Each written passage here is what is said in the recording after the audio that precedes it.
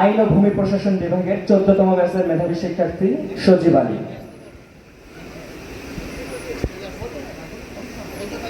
এরপরে প্রস্তুত থাকবেন 14তম ব্যাচের ইসলামের ইতিহাস ও সংস্কৃতি বিভাগের শিক্ষার্থী কাউসার মিয়া। কাউসার মিয়াকে অনুরোধ থাকবেন ইসলামিক স্টাডিজ ডিপার্টমেন্টের 15তম ব্যাচের শিক্ষার্থী নূর নবী। আরো উপস্থিত থাকবেন এরপরে আমাদের 14তম ব্যাচের ইসলামিক স্টাডিজ ডিপার্টমেন্টের শিক্ষার্থী আরিফুল ইসলাম।